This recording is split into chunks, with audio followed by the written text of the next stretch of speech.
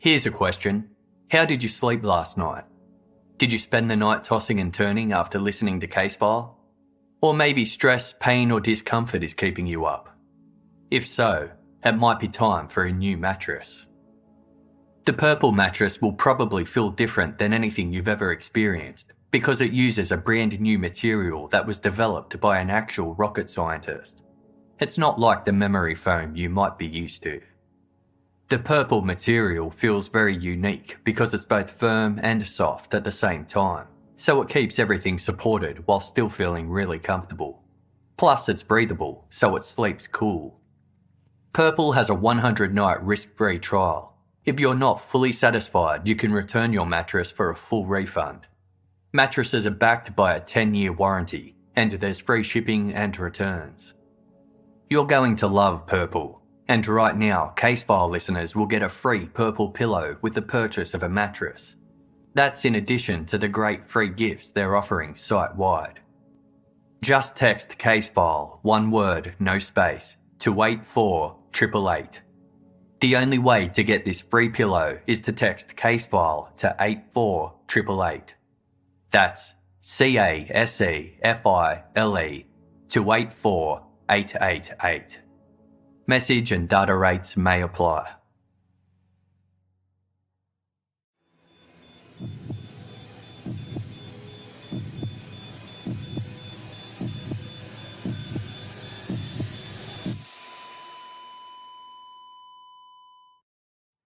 Our episodes deal with serious and often distressing incidents. If you feel at any time you need support, please contact your local crisis centre. For suggested phone numbers for confidential support, please see the show notes for this episode on your app or on our website. This episode features serious and often distressing subject matter pertaining to the sexual abuse of children and the production of child exploitation material. It will not be suitable for all listeners. The names of several witnesses have been changed.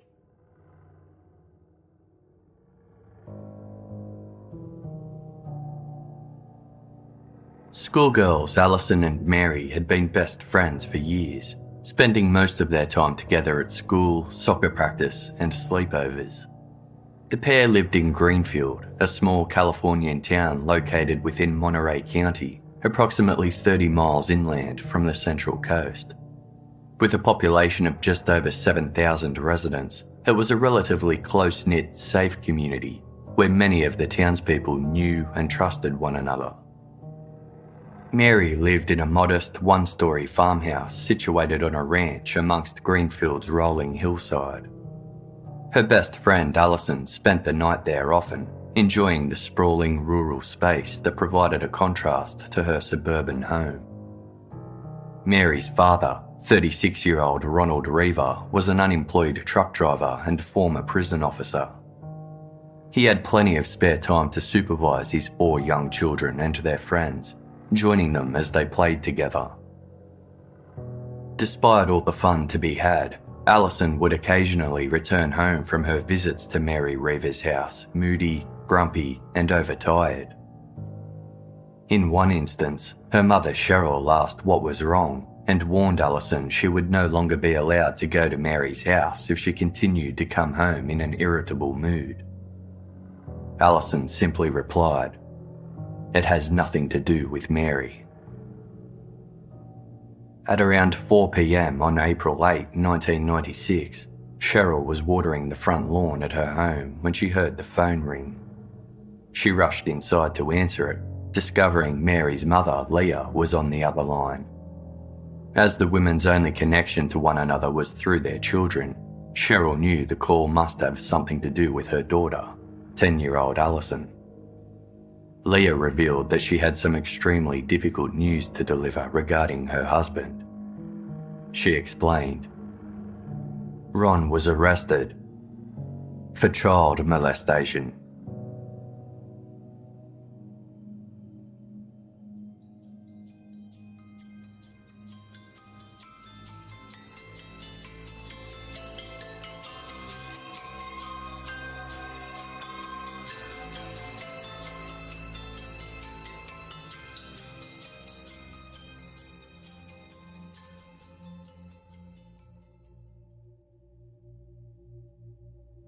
On the last weekend of March 1996, Mary Reaver hosted a slumber party at her house for a group of her friends at her father's suggestion.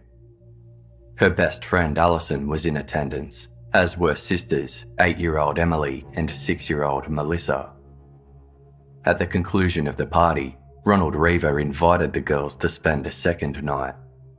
Emily and Melissa's mother declined the offer, wanting to spend some time with her children.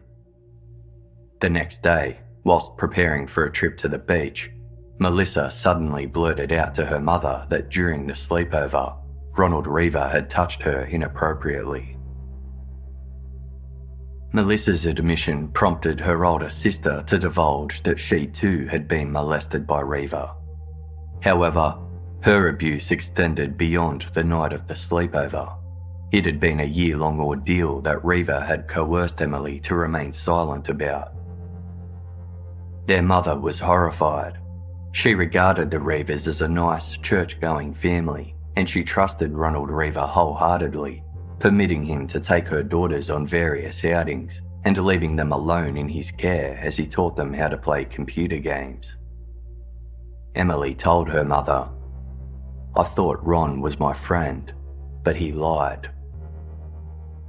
Knowing her young daughters would never make up such a serious story, she reported the allegations to the police.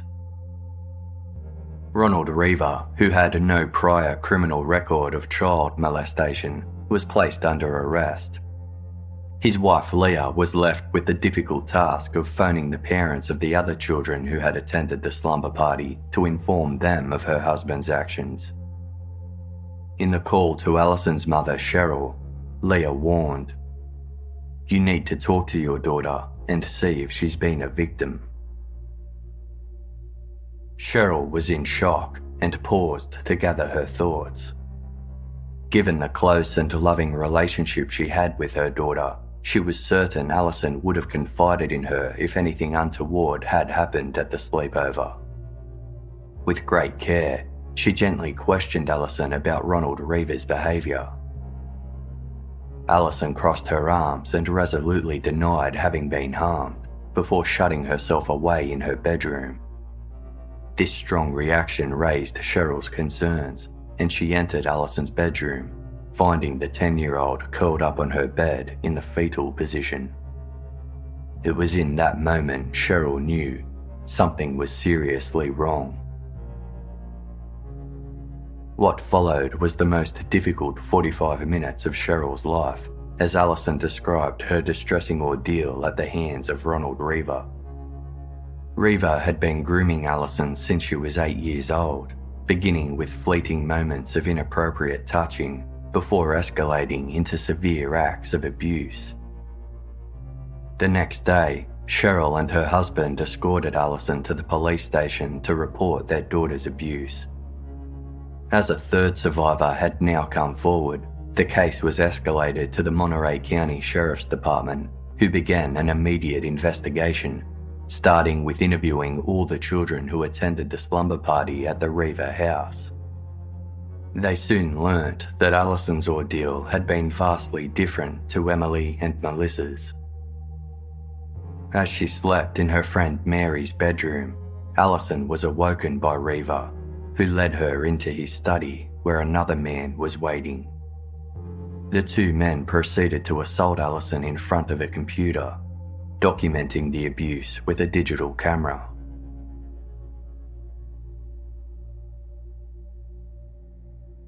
Detectives conducted a search of Ronald Reaver's house, where they seized his digital camera and computer from the study. The Federal Bureau of Investigation assisted the Monterey County Sheriff's Department to uncover the computer's data, discovering Reaver had amassed thousands of pornographic images of children. Online chat room transcripts were also found of discussions held within global online communication tool Internet Relay Chat, better known as IRC. IRC hosted thousands of chat rooms dedicated to a variety of topics, and it was here that Ronald Reaver began interacting with like-minded pedophiles. These interactions mostly occurred within two chat rooms, but members occasionally communicated directly through email. In early 1996, Reva created a private, invitation-only chat room titled Orchid Club, wherein members electronically distributed illicit images of children to one another under his leadership. The only way to join Orchid Club was to be recommended by an established member, with the group then voting to determine whether the newcomer was allowed to join. If accepted, they would be given the password to enter Orchid Club's private chat room. Eventually, Orchid Club grew to include 16 members who interacted with one another under usernames like Too Tough, L Dude, Po Bear, and Cessna, in an effort to distance themselves from their real-world identities. Reva's computer was programmed to save text files of all the depraved conversations that occurred whenever he was online, allowing investigators to implicate other Orchid Club members. In an effort to lessen his eventual punishment, Ronald Reva agreed to assist detectives in identifying the other members of his online pedophile ring. He logged into Orchid Club in the presence of law enforcement agents, giving them full covert access to the sinister group. It was unlike anything investigators had ever seen. Many members not only viewed and exchanged illicit material, but also took part in assembling and producing the content themselves. Sometimes they met in real life to film one another carrying out their crimes. At least 8 children were abused in direct connection with the club. Although Orchid Club members employed usernames to hide their real identities, every computer that connected to the chat room did so via the internet. This didn't afford complete anonymity, as every time a web connection is established, a unique string of letters and numbers is formed to link a user to their online activity. This code is known as an IP address and details the user's internet service provider, city, and state, but not their residential address or geographical location. When federal agents obtained the IP addresses from Orchid Club's 16 members, they discovered the individuals were spread across the country and even overseas. They then subpoenaed the customer records from the various internet service providers listed in each user's IP address to obtain the name and address of each suspect. Ronald Reva's accomplice during the slumber party assault of 10-year-old Allison was identified as another Californian man, 54-year-old Santa Rosa truck driver Melton Lee Myers. Myers had 2 previous convictions for child molestation from 1971, for which he served only 60 days in prison. During the Orchid Club investigation, it was discovered that Myers hadn't been properly registered as a sex offender, and therefore, the Santa Rosa community was not aware of the threat he presented to children. A search of Myers' residence revealed he was in possession of approximately 20 pornographic images of children aged between 2 and 12, taken by him at or near his home. In an effort to identify those featured in the images, police placed notices in the local papers reaching out to parents whose children had contact with Myers. A videotape obtained from his home also captured footage of a meeting between himself and 4 American members of Orchid Club, in which the men casually spoke about their crimes. As police initiated arrests, several Orchid Club members double-crossed their collaborators by fully cooperating with authorities in exchange for leniency. Eventually, all 16 members were formally identified and arrested. 11 were from the American states of California, Oklahoma, Washington, Kansas, Illinois, Minnesota, Michigan, Mississippi, and Texas, while the remaining 3 were from Canada, Finland, and Australia. Collectively, the men were found to be in possession of a total of 50,000 indecent images of children, and all were charged with conspiracy to possess and distribute child pornography. Transcripts of online conversations within Orchid Club revealed that days before the slumber party held at Ronald Reaver's home, members were expressing their excitement over what they referred to as a pedo party. That weekend, Reaver and Myers live broadcasted Allison's assault to several Orchid Club members who were complicit in the attack by requesting certain acts be performed. Following this discovery, 6 of the men, including Reaver and Myers, were additionally charged with joining or abetting in the sexual exploitation of a minor. Although the internet had been used to exchange illicit content in the past, authorities declared this the first case they were aware of where the internet had been used for the real-time molestation of a minor. Assistant US Attorney Tony West called it a very serious and very tragic case that illustrated how new technology could be used to exploit others. In total, 5 victims came forward alleging to have been abused by Ronald Reaver between 1991 and 1993.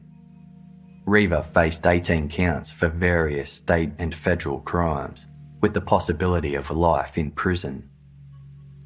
In return for a 30-year prison sentence, he agreed to plead guilty to his federal charges of conspiracy to commit sexual exploitation of a minor, conspiracy to traffic in child pornography, and sending and receiving pornographic images of children over the internet.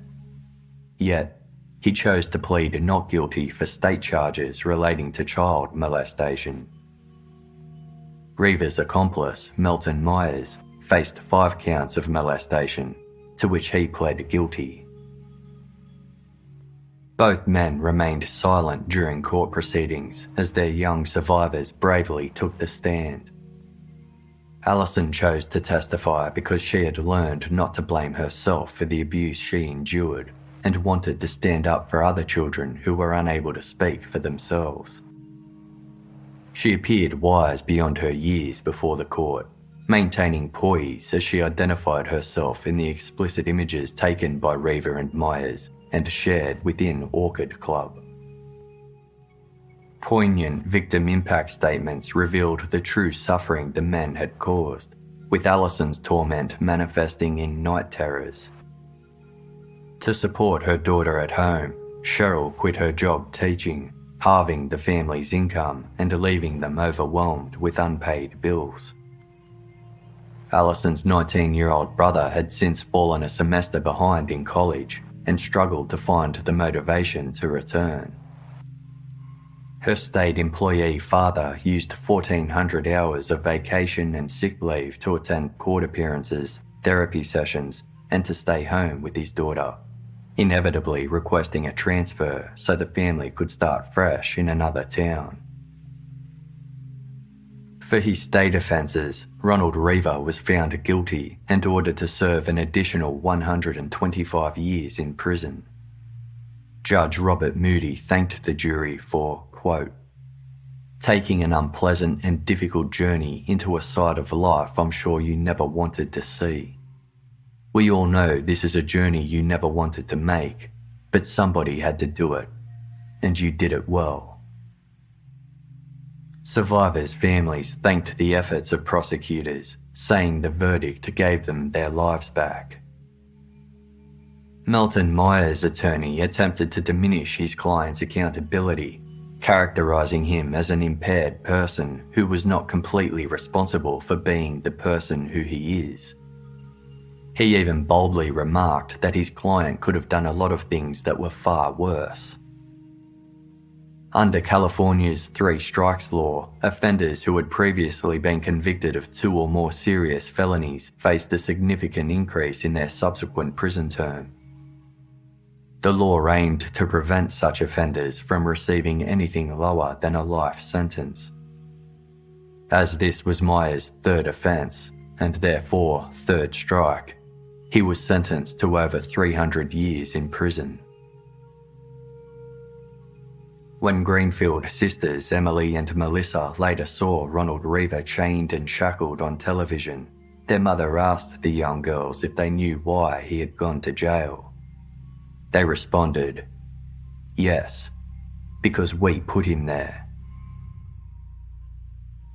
Over the following years, trials were held throughout the United States for the remaining American members of the Orchid Club, and Allison and her family travelled across the country to testify at each. The misconception that abused children only came from dysfunctional, unattentive families infuriated her mother Cheryl, who expressed that obedient, well-loved and cared-for children were also a target for predators. She refused to accept any apologies from the accused men, saying, "They're all sorry when they're caught. These are not trading cards. These are real children." The prison sentences imposed on the remaining members of Orchid Club ranged from 12 months to several years. Some were ordered to pay restitution fees to survivors, with one member forced to pay close to $60,000 to Allison, which her family used to help cover the associated costs for counselling and medical care. During one trial, Judge Tim Leonard stated, "The damage done to innocent young children is something that can't be repaired. When a child is harmed, the family is harmed." Cheryl described her daughter Allison as her hero, gifting her with a pet horse to help her recover from the trauma of her ordeal and overcome her psychologically fragile state. Nevertheless, the ramifications of that March night in 1996 would continue to haunt the family forever. Cheryl stated, "It's still unfathomable to me that there are pictures of my child and videos of my child that were trafficked, and there's no stopping it once it's out there. They were given varying sentences for the participation and direction of that night when she was molested online. But her sentence is a life sentence. Our child is going to deal with this as a part of her history, forever." Following the arrests and convictions, the Orchid Club chat room went silent. Although their efforts to dismantle Ronald Reaver's self-made pedophile ring were a success, American investigators remained determined to apprehend those others responsible for producing the heinous content shared within. As they examined the remnants of the club, investigators noticed many of its members had also accessed another private IRC channel, which was still active, a chat room titled Wonderland. Calculated efforts had been made to prevent unwelcomed users from accidentally stumbling across this chat room. Wonderland's title began with a hash sign and featured a 0 in place of the letter O. Furthermore, access was restricted by passwords and security checks. As with Orchid Club, investigators understood that the only way for them to gain entry into Wonderland was to apprehend a member who would be willing to provide them with a key, in exchange for leniency in criminal prosecution. One active Wonderland user named Sheepy had communicated frequently with convicted child molester Ronald Reaver via emails sent from a UK-based web address. US authorities notified their British counterparts, who used Sheepy's IP address to trace the user to a residential property in Hastings, a resort town on England's Sussex coast. The house sat opposite a school and was occupied by 31-year-old computer consultant Ian Baldock. To determine if Baldock was Sheepy or an innocent user who accessed the same computer as the unidentified pedophile, detectives put him under surveillance. They soon learned Baldock rarely left the house, except to work the night shift at the Oxford University press offices. He didn't associate with anybody else, instead spending the majority of his spare time at home alone, logging onto the internet for hours each day at the exact time Sheepy was active online. As one detective remarked, he had no other life. In October 1997, police raided Baldock's home and seized his computers, finding what they described as a massive library of child pornography consisting of 42,000 images. The enormous collection was 4 times larger than anything police computer forensics expert Nick Webber had ever seen before. He discovered that in the 6 days prior to Baldock's arrest, the man had distributed just over 1,600 images to 17 other internet users. According to Webber, it was a distribution on an absolutely massive scale. Computer forensics experts examined Baldock's computer to gain entry to Wonderland, but extensive safeguards employed by the chatroom community prevented their access. Although it was not unusual for online predators to use sophisticated defense tactics to prevent police from accessing illicit material, Wonderland operated on a technological level like no other. The chat room was protected by an artificial person known as a bot, who ensured strangers could not enter. There were also 7 separate security checks to pass through and 2 electronic gatekeepers known as Alice and Sandra. A code originally developed by the Soviet Union's security agency, the KGB, encrypted all communications within.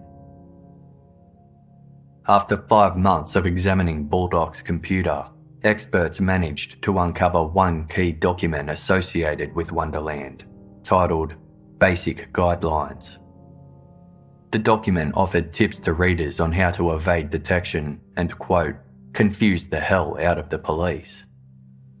It also established the rules of Wonderland Club, in which members going by the usernames iHand, Raven1 and Jazz were referenced as being responsible for vetting new members, sometimes meeting them in real life to screen them in person before the final decision was put to a group vote.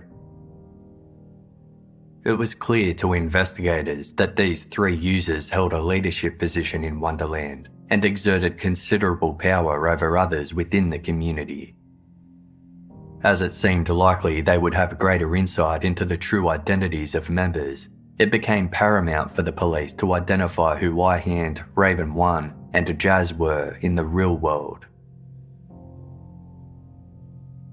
Meanwhile, in the greater Manchester town of Stockport, local mother Barbara received a shocking phone call from her 9-year-old daughter, Lucy.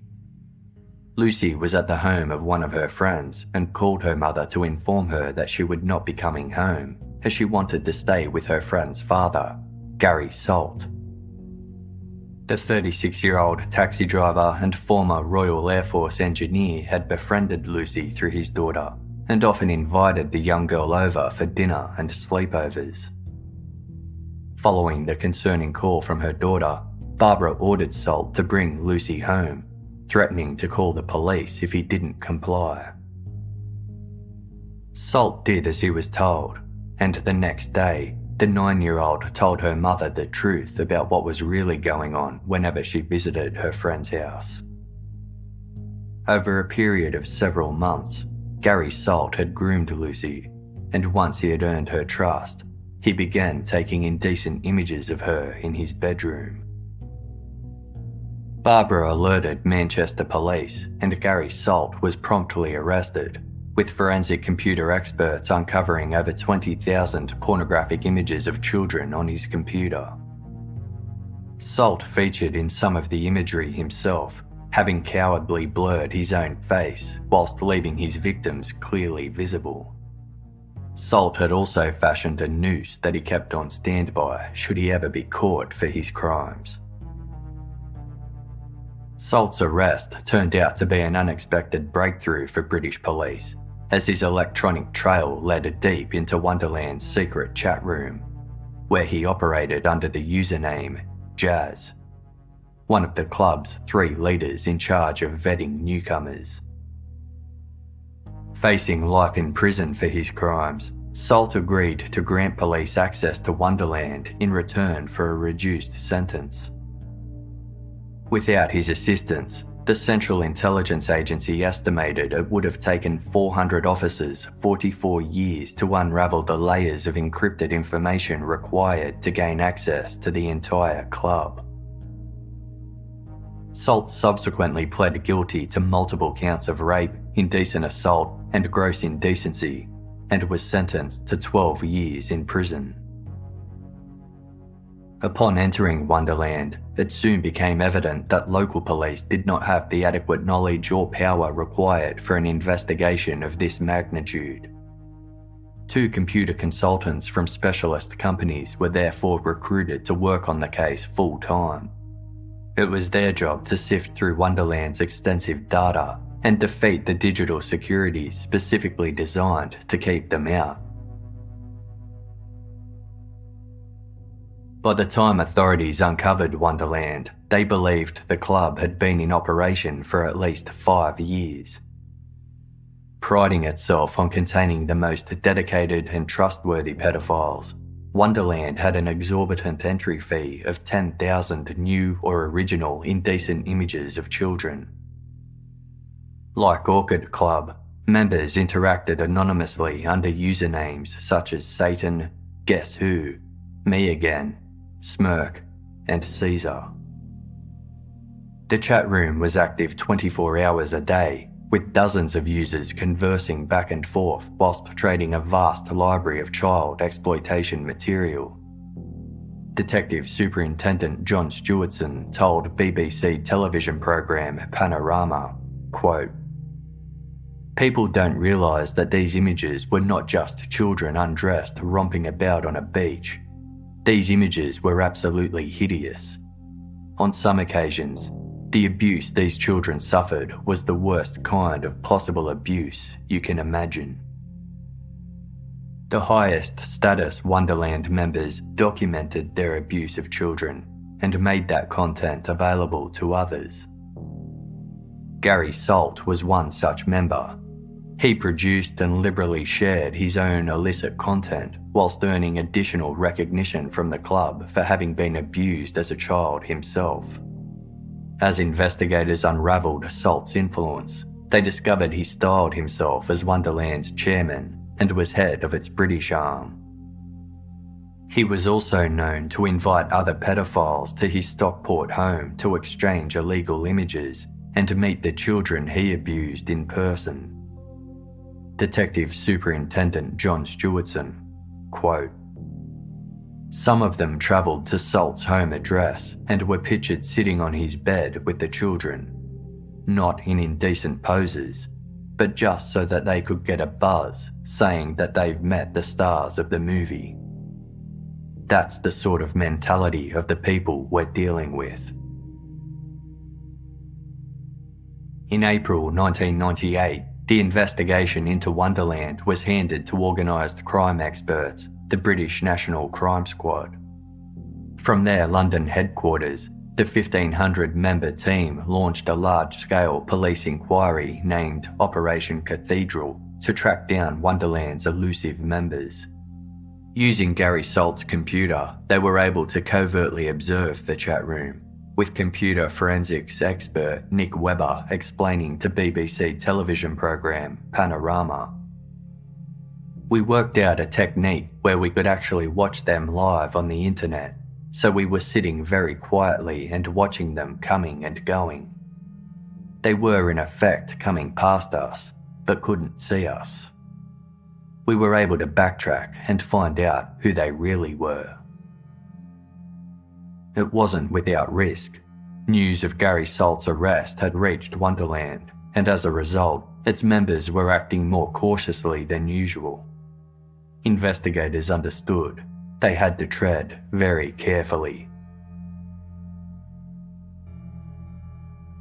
With Operation Cathedral underway, investigators continued to reach out to internet service providers to collect the names and addresses of customers with IP addresses linked to the club. Upon obtaining this information, detectives dispersed across the country to conduct a mass surveillance of 13 addresses where Wonderland members were suspected to operate. It was imperative they prove exactly who at each address was utilising a computer at the precise time the internet was being used to access the site.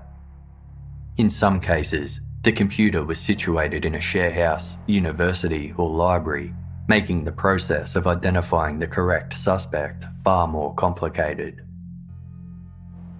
By May 1998, Operation Cathedral was closing in on one Wonderland member who operated under the username Spank Daddy.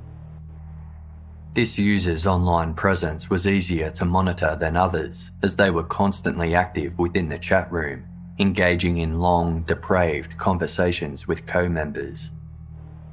The user was traced to a terraced house in a back street of Dartford, Kent, a town 18 miles southeast of London. It was the home of 24-year-old computer technician Gavin Seegers. Detectives monitored Seegers' movements, following him to Dartford's local Sea Cadets headquarters, a youth organisation specialising in waterborne activities, where they discovered their suspected pedophile was a volunteer youth leader who was in contact with 25 children aged between 10 and 18 years old. Investigators soon learnt that Seegers was particularly disturbed, as he often expressed he had fantasies about abducting, raping, torturing and killing children. The National Crime Squad faced a dilemma. Seegers' online behaviour indicated he was a serious threat to children, but arresting him immediately would risk alerting other Wonderland members to Operation Cathedral's existence. As they considered their next step, it was decided that Seegers would be placed under strict surveillance whenever he conducted his volunteer work, ensuring he didn't leave with any children. If Seegers was ever alone with one or two minors at a time, investigators were instructed to place him under arrest. By June 1998, 2 months into Operation Cathedral, National Crime Squad detectives had identified over 200 unique persons from 33 nations had interacted in Wonderland, making it the largest global internet pedophile ring to date. Detective Superintendent John Stewartson explained, "We could have adopted the attitude that we would deal with people in this country, and we could have done it very quickly, and it would have all been done and dusted sooner than it was. But in truth, that would not have been the way to go forward, because basically, every one of those images represented a disaster to a family somewhere. And we decided we would go forward by getting as many countries as we could on board with us, so that we could maximise our evidence." The monumental investigation posed many challenges. The sharing of sensitive criminal intelligence, network operation, and investigative leads between law enforcement agencies throughout the world required meticulous planning, whilst adapting to the differing police powers, resources, and knowledge of each nation. Information was relayed on a strict need-to-know basis, and detectives were instructed not to type the word Wonderland into any internet search engine, out of fear it would somehow expose their undercover activities to club members. By July, a parallel police inquiry titled Operation Cheshire Cat was established in the United States for the purpose of pursuing American Wonderland members. US Customs computer forensics expert Jim Futrell was assigned the task of examining the mass of data handed over from British police, which included a 4-page list of usernames, email addresses, and possible US locations of suspects.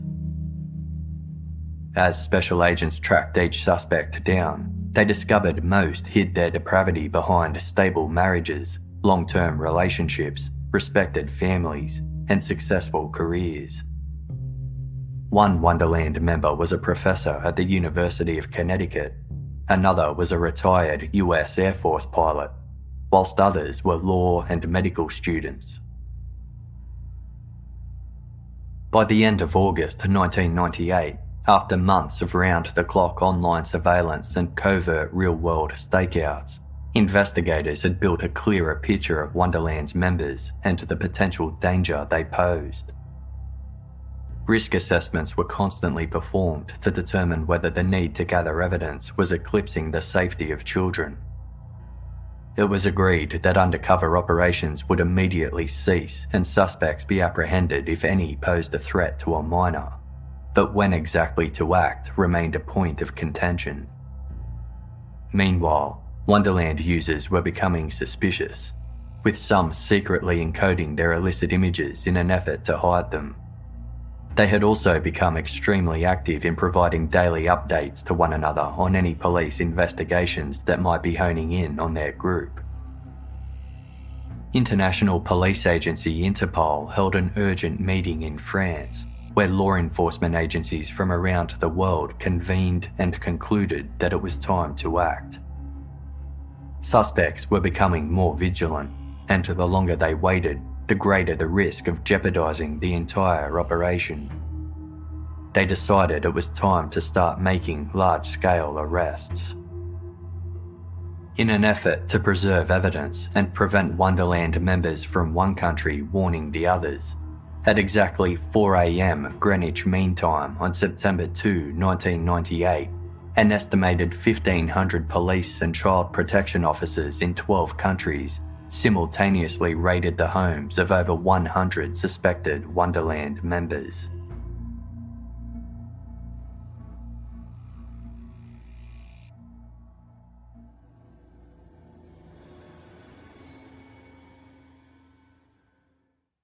Here's some good news for Casefile's Australian listeners. Made-to-measure menswear company Indochino is launching an online service in Australia. This means prices listed and paid for in Australian dollars, faster, better shipping, and a dedicated Australian customer service line. Indochino makes suits and shirts tailored to your exact measurements to create the best-fitting, most comfortable clothes. There's a wide selection of high-quality fabrics and colours to choose from, and customers can personalise smaller details as well, like the lining, pockets, and buttons. I recently bought a shirt from Indochino and loved how easy the process was. Indochino's website is easy to navigate with a nice clean design, and at checkout, a step-by-step video guide demonstrates how to measure for a perfect fit. It's the best setup I've seen for ordering clothes online. This week, Casefile listeners can get any premium Indochino suit for just 569 Australian dollars at Indochino.com when entering Casefile at checkout. Plus, shipping is free.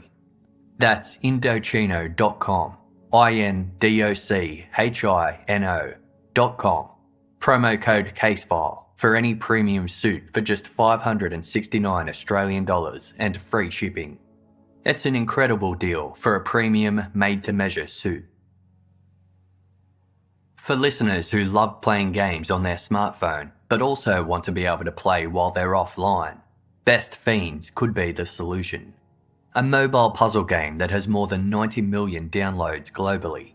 Best Fiends allows users to solve thousands of puzzles and collect characters, even when they don't have internet access. Best Fiends is made for adults, but kids can play too, so the whole family can join in the fun. An entertaining storyline unfolds alongside the puzzles, and the game is updated monthly. Best Fiends kept me entertained on a recent flight. Because of the offline feature, I could play the game in the sky as well as in the airport, which was great. I'm enjoying progressing through the game as the puzzles get more and more challenging. Casefile's producer Mike Migas is also hooked on Best Fiends. He loves getting a few levels in while taking breaks from production work. His favourite features include the way the puzzles become more challenging with each level, and how there are cool bonuses to discover along the way. Solve thousands of fun puzzles and collect tons of cute characters in this mobile game that's been rated 5 stars on both the Apple App Store and Google Play. Download free on the Apple App Store or Google Play. That's Friends without the R. Best Fiends. Female Criminals is a weekly Parcast original podcast that investigates the lives of some of the world's most notorious female felons, as well as the stories behind their crimes. The podcast also examines the psychology and motivations of the women they profile, taking listeners beyond the headlines. One of the episodes currently available for download focuses on Leona Helmsley, the businesswoman who was dubbed the Queen of Mean. Helmsley rose to the top of the New York City real estate scene, but was eventually put on trial for fraud and tax evasion. Another episode tells the story of Patty Hearst, the heiress who was famously kidnapped by American domestic terrorists, the Symbionese Liberation Army, and then helped them rob a bank. Her experience would go on to become one of the most well-known cases of Stockholm Syndrome in history. You can hear these episodes and many more on Female Criminals. Search for and subscribe to Female Criminals on Spotify or wherever you listen to podcasts. And please, don't forget to rate and review.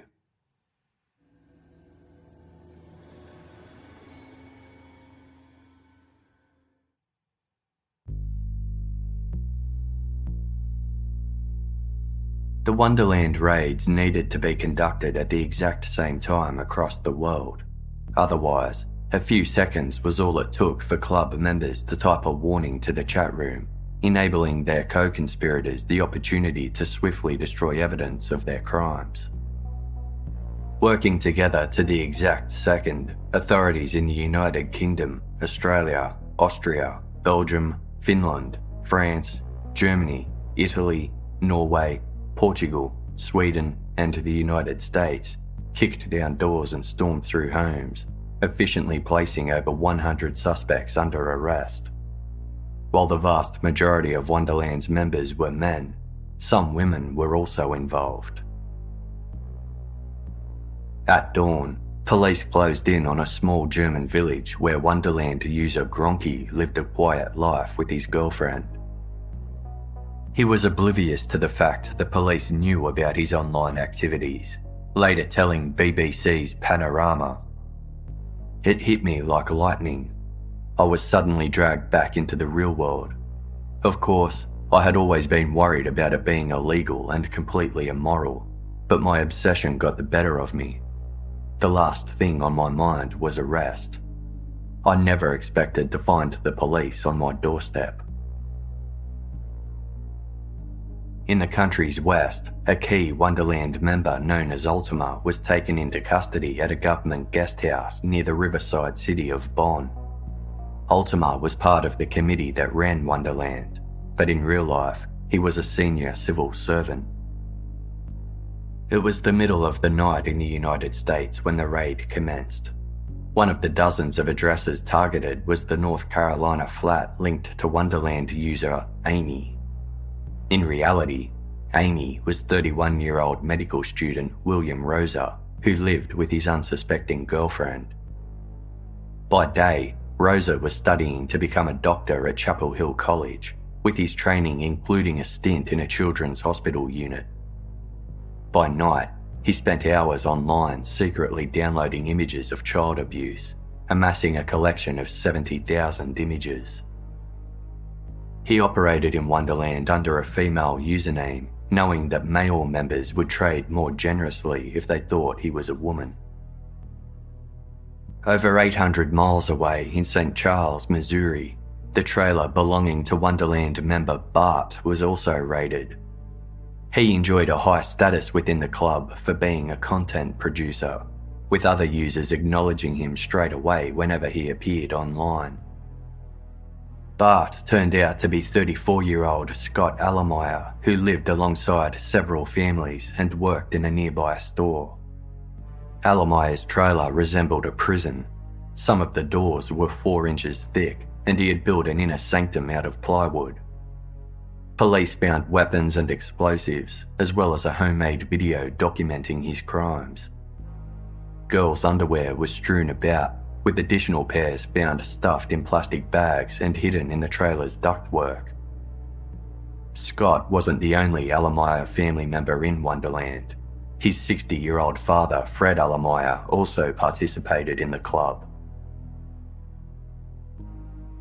At 5 a.m. in England, 8 suspects were arrested and had their computers seized, with a 7.5-ton lorry required to transport all the equipment back to the National Crime Squad headquarters. Following the bust, Detective Superintendent John Stewardson announced, "The content would absolutely turn the stomach of any right-minded person. It is disgusting stuff. People who engage themselves in this kind of depraved activity have felt relatively secure up until now, in the knowledge that the internet is virtually unpoliced. This coordinated action around the world has demonstrated that that is no longer the case. Before Operation Cathedral swooped on Wonderland, the largest ever seizure of online child pornography was 7,000 separate images.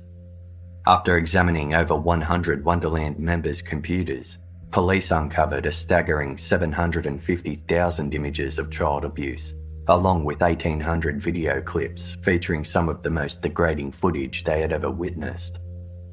One Italian man owned 180,000 images alone. As some of the computer hardware was so highly protected and impossible to decode, experts estimated the true number of illicit images amassed by the group might have been upwards of 2 million.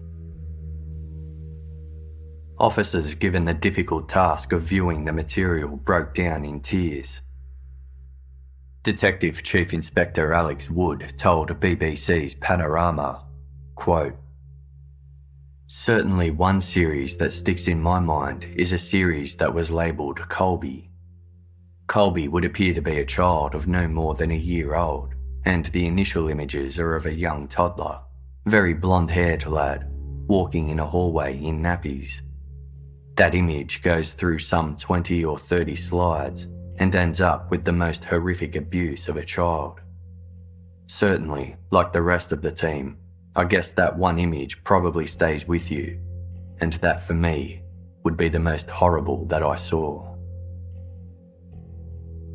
Some of the encryption used by Wonderland members was so advanced that even the world's leading code-breaking experts were unable to crack it.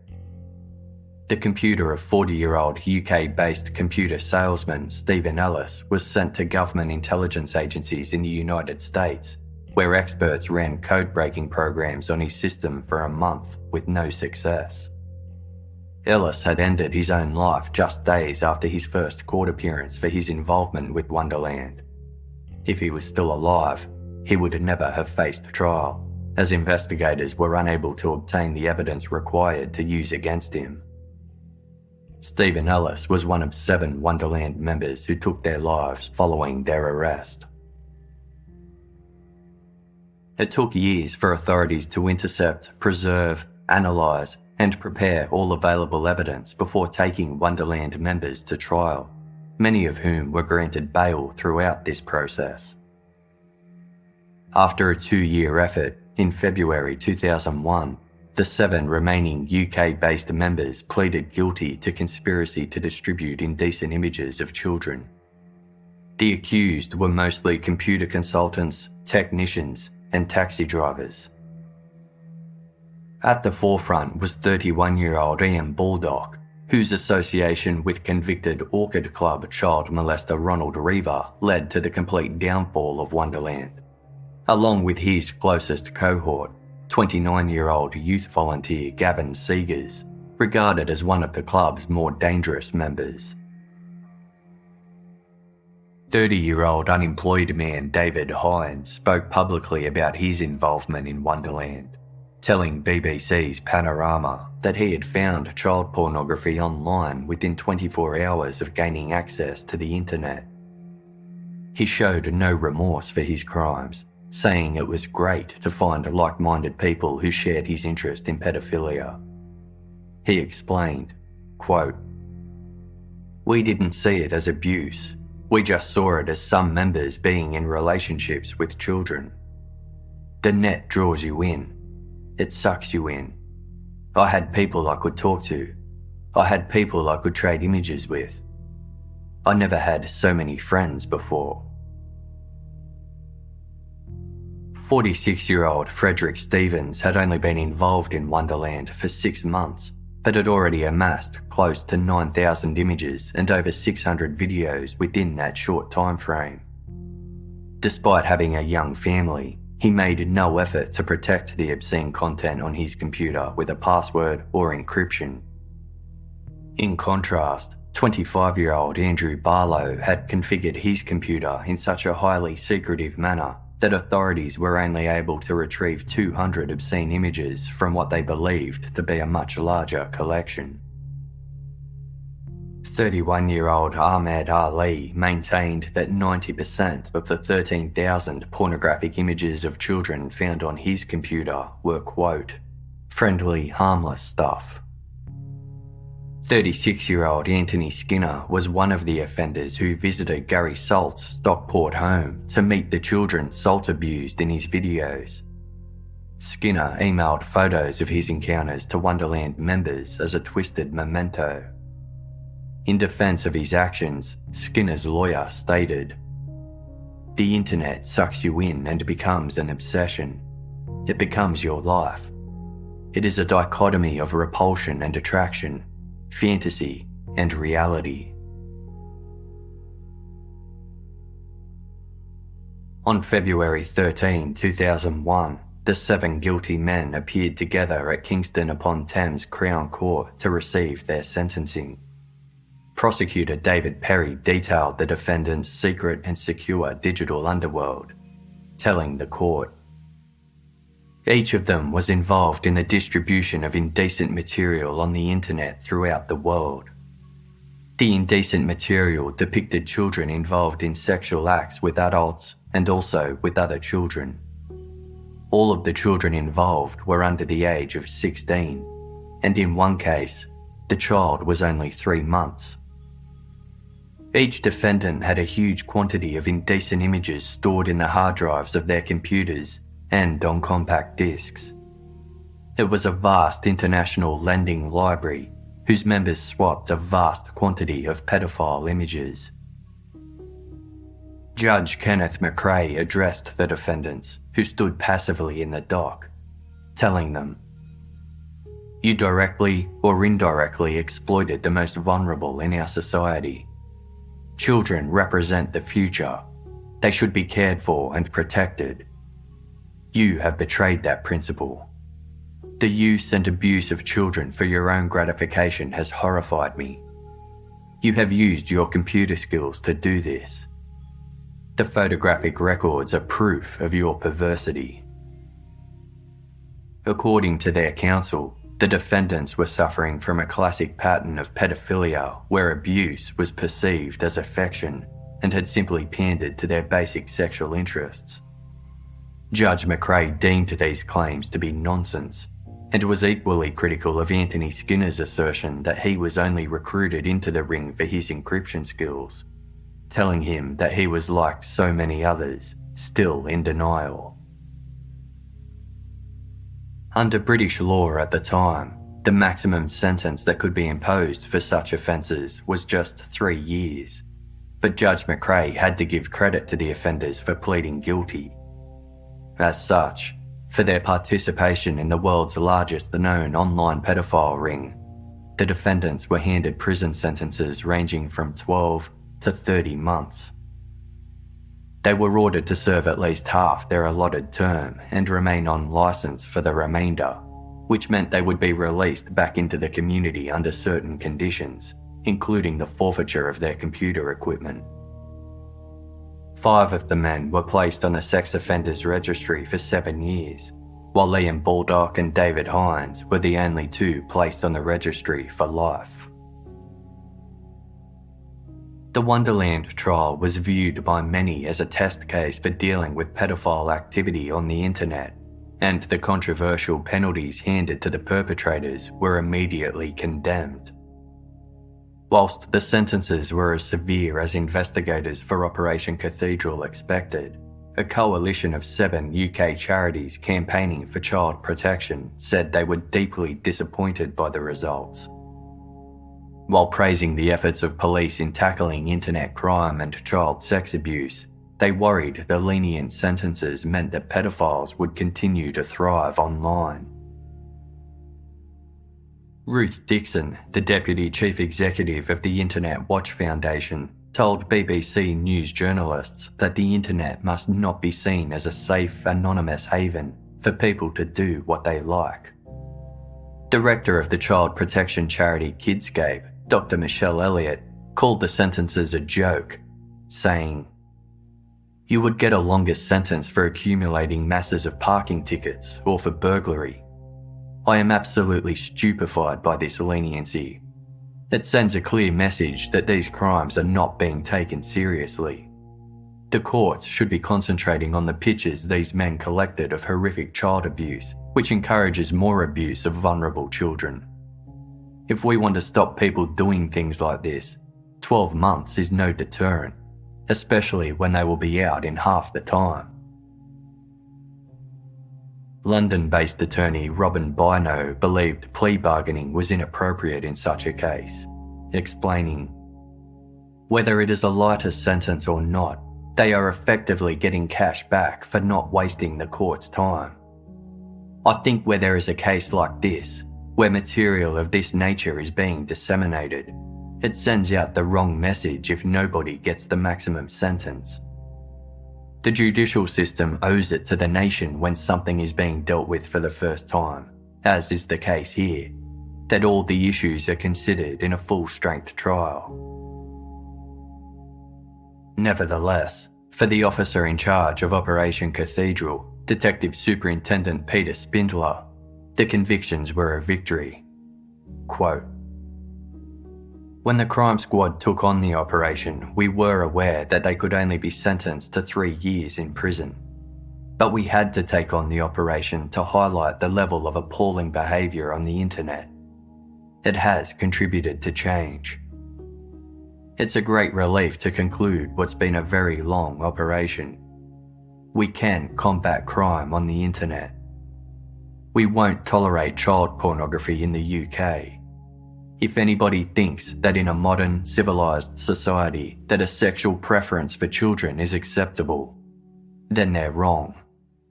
And the prison sentences in the future will be 3 times as long as they've been today."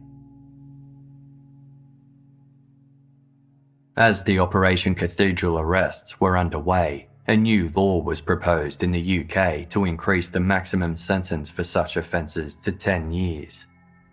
It was passed by British Parliament in January 2001, and although this was too late to impact the Wonderland trials, it ensured pedophiles appearing in court in the future would face far more severe sentencing.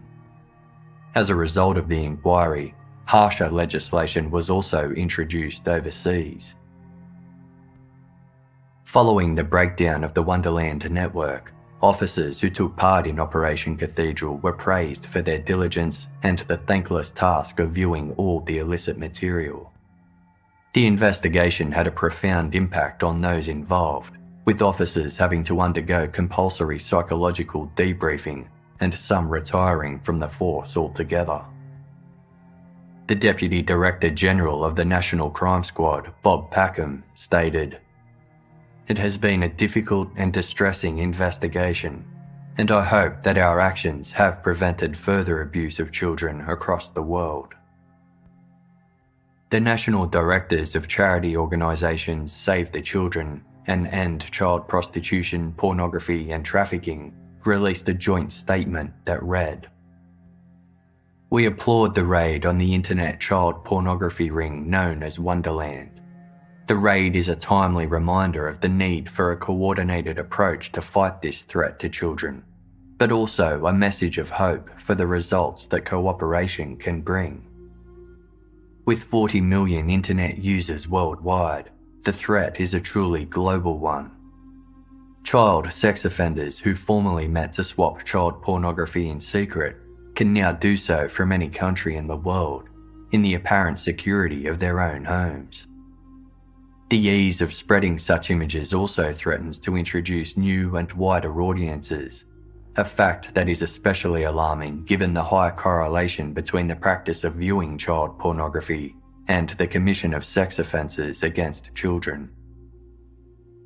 The statement went on to explain the importance of raising awareness of the often anonymous dangers facing children when they log in online, and ended with, "We congratulate all those involved in Operation Cathedral." In an exclusive conversation with ZDNet News, convicted Wonderland member David Hines admitted, "If it wasn't for the internet, I might have gone on to rape a child." And he warned, "Other pedophiles will start their own channel, and then they'll go looking for each other and regroup, and the group will eventually be as big as it was with new members, with new pictures, and with all of the old pictures which are still floating around out there. His statement echoed research conducted by the National Association of Probation Officers, which concluded that most online pedophiles do not seek treatment as they don't consider themselves criminals and view their actions as victimless. Spokesperson Harry Fletcher said, "We are only beginning to understand the scale of this crime. It is a major problem that their offending behaviour is not being challenged." Operation Cathedral faced criticism in its aftermath, as only a fraction of Wonderland's 200+ users were ever identified and arrested. Of those who were, less than half faced trial. Although the pedophile ring was found to be established in 47 countries, just 14 participated in the inquiry and were invited to the Interpol conference where the raids to take down Wonderland were planned. Some countries lacked the legal framework, required expertise, or political will to tackle the issue, or their law enforcement agencies were considered too corrupt to participate in a sensitive international inquiry. According to a report released by the International Network to End Child Prostitution, Pornography and Trafficking, excluded countries included Ireland, New Zealand, Israel, Japan, Spain, and South Africa. Holland and Canada were initially involved but pulled out of the operation shortly before the raids were scheduled to go ahead. The Dutch police took action against a number of suspects later on, but the Canadian authorities never tackled their 14 suspects. Despite these criticisms, Operation Cathedral inspired several other global inquiries in the preceding years, including Blue Orchid, Candyman, Artis, and Twin Odysseus, which resulted in the identification of thousands more online predators from across the world. In 2001, the British National Crime Squad was at the forefront of another international crackdown titled Operation Landmark, which saw the arrest of another 130 suspected pedophiles from 19 countries. As a result of that investigation, authorities were able to add another 60,000 obscene images to its database to assist in victim identification and global missing children cases. In the UK, the 7 convicted Wonderland members were steadily released from prison, with some serving less than half of their allotted time. Upon their release, several of the men changed their names and went on to re-offend. In 2012, former Wonderland member Gavin Seegers changed his name to Gavin Smith and was re-arrested after he was caught online discussing his fantasies of sexual abuse and torture against children. He pled guilty to 9 offences of publishing obscene material and was handed a 3-month suspended jail sentence. On December 11, 2010, a staff member at Manchester's Old Trafford Library contacted police to report that a man had been witnessed viewing and uploading indecent images of minors. He had been using the library's computers near the children's book section. When the offender reappeared at the library 2 days later, police placed him under arrest, seizing 2 computers and 4 memory sticks. He was identified as 49-year-old Anthony Andrews, of no fixed address. Analysis of the computers revealed Andrews had been interacting with a highly sophisticated global pedophile network that was under investigation by the FBI and authorities in Italy. A search of the hostel where Andrews was staying uncovered a locked box that contained journals full of handwritten sexual fantasies about children. He also possessed a guide on how to groom and abuse children, plus another on how to survive prison and what to do upon release. As it turned out, Anthony Andrews was the new identity adopted by convicted child molester and former Wonderland chairman, Gary Salt. In April 2006, Salt was released from prison on licence after serving just half of his 12-year sentence for sex crimes against children. He broke his conditions shortly after, buying computer magazines and receiving discs in the mail from a convicted sex offender. He was subsequently recalled back to prison, where in January 2008, prison officers raided his cell and found literature outlining sexual encounters with children and evidence to suggest Salt was plotting a new online pedophile ring. Salt was released from prison again on April 16, 2010 and joined the Manchester Library Service the day after. By December, he had downloaded 250,000 illicit images and videos of children. Detective Constable Barry Conway of the Greater Manchester Police stated, "Salt is a convicted sex offender who has shown no desire to rehabilitate. He has some sort of perverse status among other sex offenders, and, in the sickening circles in which he moves, it is something he clearly relishes." Gary Salt had admitted to 25 offences, including making indecent images of children, possessing indecent images, attempted distribution of indecent images, possessing extreme child pornography, and breaching a sexual offences prevention order. Until it could be proven he no longer posed a risk to children, Salt was jailed indefinitely, with sentencing judge Peter Lakin telling him, "You are clearly a committed and very active pedophile who is not willing or able to address your distorted behaviour." The National Crime Squad cropped and sanitised a portion of the 750,000 images seized from Wonderland to allow investigators to better examine them for clues to help identify and locate the victims. They scrutinised the backgrounds of the pictures for any details that could help indicate where or when they were taken, such as electrical sockets, furnishings, magazines, or wallpaper. Detective Chief Inspector Alex Wood stated, "For me, the worst images were the ones showing the expression on the child's face and not necessarily what's happening to them. I can't help but think of the damage that's been done." Out of 750,000 images, the faces of 1,263 individual children have been isolated and compiled into a database, categorised by gender, age, and ethnicity. Interpol has distributed this database to police forces worldwide, and it is only available to view through law enforcement agencies that investigate online child sex offences.